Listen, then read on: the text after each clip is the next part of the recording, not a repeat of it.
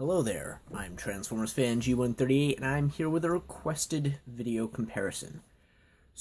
I got a message or a comment the other day, channel comment, asking if I could do a comparison video of these two.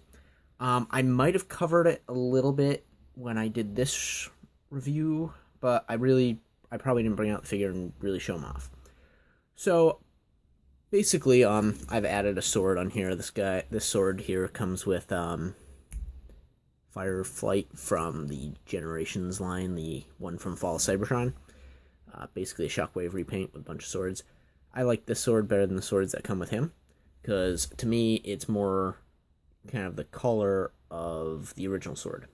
Not really, but it's better than translucent orange, in my opinion. So, what's nice is you do have two swords with this guy, which is cool. You get symmetry. But, like, this was supposed to be like an homage to this, where this guy's, the wing itself converts into the sword, instead of just declipping from the back. Overall, like, pure, like, movement, this guy definitely takes the, win on that one. Like, just, like, posability. A lot more options with this guy than you do with this. For example, the shoulders you can actually lift out. On here, you can't. They're fixed into place, pretty much. And you get a little bit better proportions with this one, I think. But overall, it's not bad. Plus, this one has sound effects. A while back, they also released an Armada hotshot, which is cool. Except they actually released a mini-con with him, too. And I wish they continued that with Starscream and included... It didn't even if you took a repaint of the one from the Star Saber, or not Star Saber, Skyboom Shield, I forget his name off the top of my head, or the same Swindle figure as before, just with the matching color of plastic, I think it would have been fine, but they didn't. And, they did include the mini-con ports, kindly enough. But they didn't match the paint. The Takara version, I guess, matches the Takara version of this guy a little bit better. And then, of course, you have the laser cannons, which is the big trademark of Starscream in the Transformers Armada series. Different gimmick, how it works. That one, you put the mini-con on and they spring forward. This one folds down in the back. So he's got a nice slim body, but he can still use those giant cannons, which is nice to see. And I do like the fact that they include the yellow, like they did in the original. But, again, they fold down.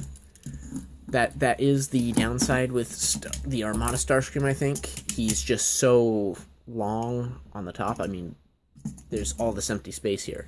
It's great, but he really, like, is deep. Like, when you put him on the back of the shelf, you lose space when displaying. Fortunately, I found I could just tuck accessories and other things behind him, and it worked out well. So, to me, it's not a terrible loss. And then, transformations. This guy has a more solid transformation just because all his hinges are hinges and not ball and socket. And just in general, I think he fits together better. Also, this guy's a Ultra class, I believe he was at the time. No, they used GigaCon something, and he's the equivalent of an Ultra class, with the sound effects and everything. Basically the Voyager size of the era. And then you have this guy. Let's show off his dual swords, or one of his swords at least. So, sword. They're kind of small, but I guess they work. And we'll just compare it to this one real quick. So, that's the problem with this one. These three ports get a little loose. They start flopping around.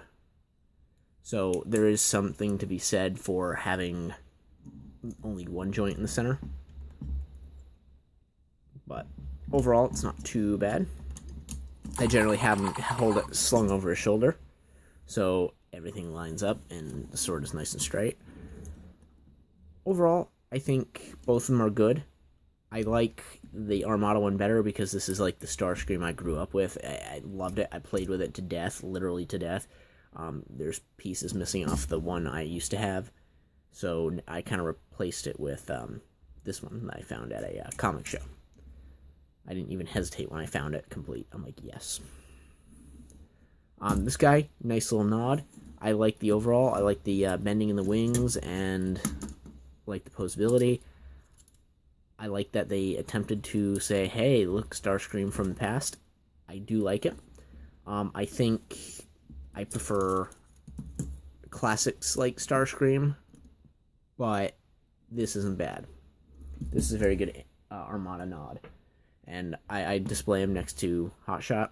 And what I'd like to do, unfortunately, with Hotshot, the handholds are smaller than the regular 5mm, so I can't have him hold the Starsaber.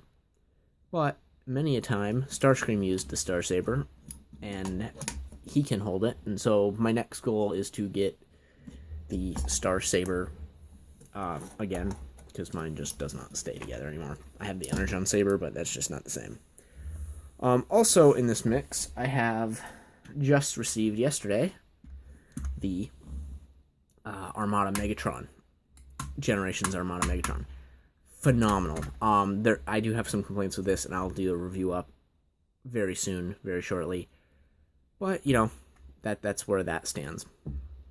Hope you enjoyed. Thanks for watching.